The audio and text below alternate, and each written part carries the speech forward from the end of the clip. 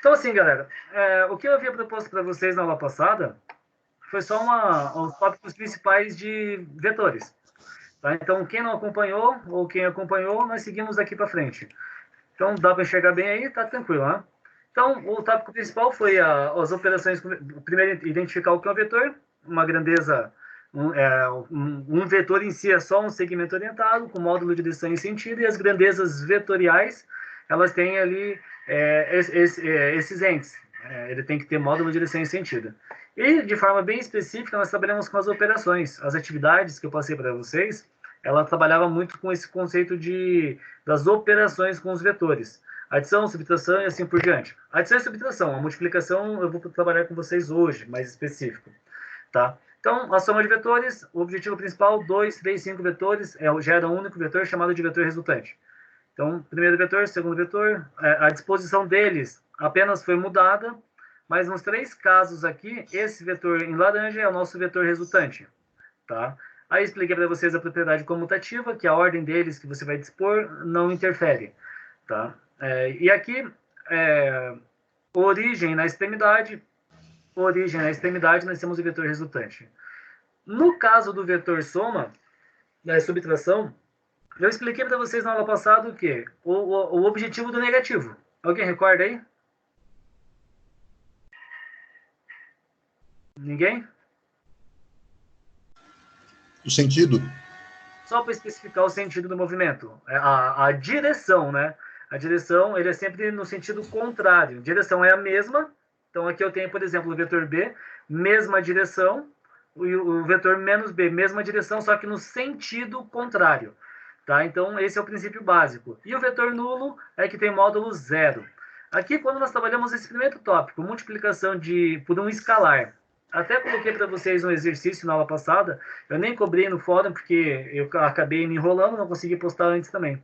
Se eu tenho o vetor B, 2 vezes o vetor B é soma. B mais B, 2B. Então, a multiplicação de um escalar por do vetor continua sendo esse vetor.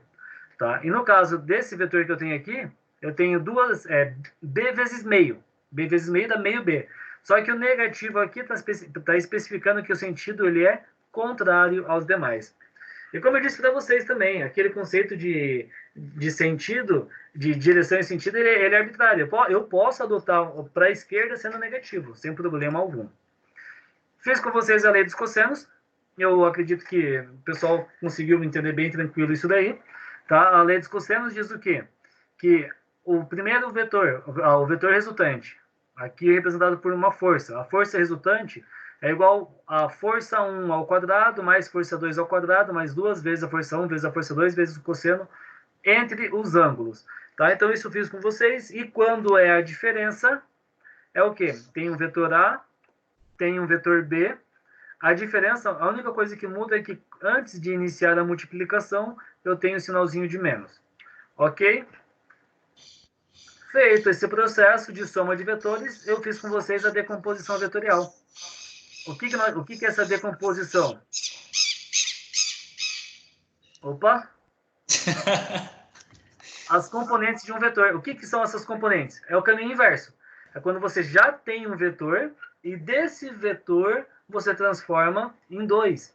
Tá? Então, você vai pegar o vetor resultante, você vai encontrar o valor das suas componentes no eixo X e também no eixo Y.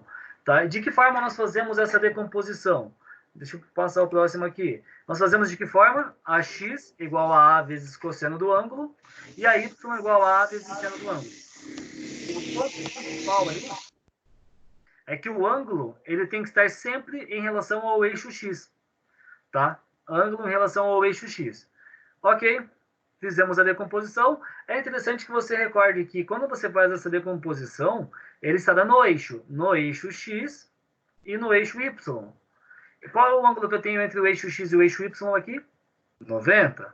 E quando, assim como eu expliquei para vocês na aula passada, quando nós fazemos a soma de vetores perpendiculares de 90 graus, eu pego a lei dos cossenos, onde eu tenho a multiplicação, cosseno de 90, zero. Zero vezes qualquer coisa, zero. Então, fica aqui o meu teorema de Pitágoras. No caso dessa representação, se eu tenho as componentes e eu quero encontrar o vetor resultante, basta eu fazer o caminho inverso. O vetor resultante, A, no caso aqui, é igual a raiz de ax ao quadrado mais a y. Trigonometria básica. Beleza? E aí, um dos e-mails que eu recebi, que eu consegui abrir, dizia em relação ao arco tangente. Ah, professor, nesse exercício eu tive que usar o arco tangente. Vocês lembram que eu expliquei para vocês esse conceito do arco tangente na aula passada?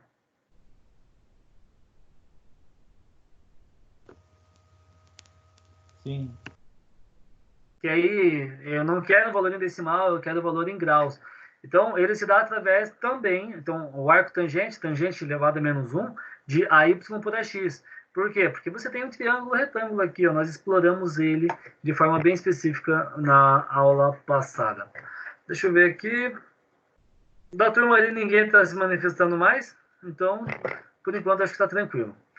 Beleza? Então, isso seria a revisão que eu havia proposto para vocês para a aula passada. Tá? Em relação aos nossos conceitos de cinemática assim, para o primeiro ano, isso já é uma boa base. Se você domina esses tópicos, você já vai conseguir fazer basicamente o que nós precisamos neste momento. Tá? Então, logo mais nós vamos trabalhar com quem? Aqui no livro ele é chamado de movimento balístico. Comumente ele é chamado de lançamento oblíquo. Para que você consiga fazer o lançamento oblíquo, você precisa entender principalmente aquele tópico de decomposição vetorial, a x e a y. Alguma pergunta em relação a x e a y? Não. Não? Então, beleza. Os próximos tópicos que eu vou passar para vocês aqui, ele também explora as definições de vetores. Tá? É interessante que nós teremos aqui representação em 2 e 3 dimensões. E se for necessário, eu coloco aqui construo com vocês. Eu não sei se em álgebra vocês construíram um sistema destro giro, eixo x, y, z. Fizeram isso ou não? Sim. Então essa parte é mais uma parte de álgebra. Então eu vou fazer com vocês bem rapidinho para que eu retome com vocês os conceitos de lançamento oblíquo. Lançamento balístico, como a nossa bibliografia traz. Beleza? Então vamos lá. Dando sequência nas nossas atividades aí. Então essa parte seria uma revisãozinha do que vocês já tiveram. O que eu não expliquei para vocês na aula passada? O que é um vetor unitário? O vetor unitário, aí, em alguns casos, vai aparecer o tal do IJK. Então, dentro de álgebra, eu acho que vocês tiveram isso também. O que é o vetor unitário? É um vetor de módulo 1 que aponta em uma dada direção. Um vetor unitário não possui dimensão nem unidade. Então, ele é um valor adimensional e a única função é especificar uma orientação. Beleza, essa orientação seria o quê? X, Y ou Z. Tá? Os vetores unitários indicam a direção e o sentido positivo de quem? Apenas dos eixos x, y e z. O que vai acontecer? Quando aparecer para vocês A, I, o que é o I com o chapeuzinho em cima, com o acento em cima? Representa que nós estamos trabalhando com o eixo x. O J, o chapeuzinho seria no J aqui, né? O nosso acento seria no J. Se representa o eixo Y e o K representa o eixo Z. Então, de forma bem objetiva, IJK ele vai ser o vetor unitário dos eixos x, y e z, respectivamente. Tá? Então, tenho aqui um sistema representado, eixo x, eixo y e eixo z, representados respectivamente por I, J e K. Os vetores unitários são muito úteis para especificar outros vetores, apenas isso. Assim, por exemplo, podemos expressar os vetores A e B. Qual que é o objetivo principal aí? Que nós possamos especificar as coordenadas retangulares de um vetor. Tá? Então, nós devemos saber a decomposição vetorial, porque agora eu tenho quem aqui? Ó? Um vetor A. O vetor A, eu tenho AX, I. Esse I aqui, então, representa que está no eixo X. O J, eixo Y. E aqui eu não tenho, mas eu tenho 0, Z, tá? 0 para o eixo K. Beleza? Então, ele é bem simples. Existem alguns tópicos que é interessante, né? As grandezas I e J são vetores conhecidos como componentes vetoriais de A. Essas componentes foi aquilo que nós encontramos anteriormente. As grandezas AX e AY são as escalares conhecidas como os componentes escalares. Então, assim, resumindo, IJK é um vetor unitário que vai representar as coordenadas do eixo X, Y e Z. Tá, professor, mas para que nós vamos fazer isso? Por quê? Porque necessariamente, quando nós trabalhamos com essas operações, nós vamos trabalhar com eles em 3 dimensões. Então, nós vamos precisar dessas componentes. Essas componentes que serão os nossos fatores que nós iremos utilizar nessas operações. Tá? Então, vamos lá. Por exemplo, aqui, soma de vetores usando as componentes cartesianas. Então, eu tenho quem aqui? Eu tenho o vetor A e o vetor B. Eu preciso fazer essa soma. Qual é esse conceito dessa soma? Então, peguei o vetor B, ele poderia estar na origem, mas ele foi disposto já na extremidade do vetor A. Claro que se você quisesse inverter, isso daria certo também. Tá? O que eu quero encontrar? Esse vetor aqui, ó, esse vetor C, que é o meu vetor resultante. E de que forma que eu faço isso? Percebam que eu estou aqui em 2 dimensões. Apenas em x e apenas em y. Então, o vetor C, que é igual a mais b, será dado por componentes cartesianas. Ou seja, o vetor C é quem? Ax e y mais ayj, que é o quê? A coordenada do vetor A, mais bxi mais byj, que são as coordenadas do vetor B. O que você deve saber quando você faz essa soma vetorial, essa soma de componentes? É matemática simples que vocês trabalharam já a vida inteira. X você pode juntar com quem? Com x. Y você junta com quem? Com y. Certo? Então, é só você encontrar que o valor que você tem das coordenadas de x, então você vai somar, por exemplo, se aqui eu tenho 2 e 4, você terá 6 no eixo y. Tá? Então, é bem simples. C é a coordenada, x de y. Então, você faz uma soma escalar aqui entre A e B. Qual é o valor, a componente de bx mais a componente de ax. Essas componentes que você tem somando escalar vai dar a componente de C.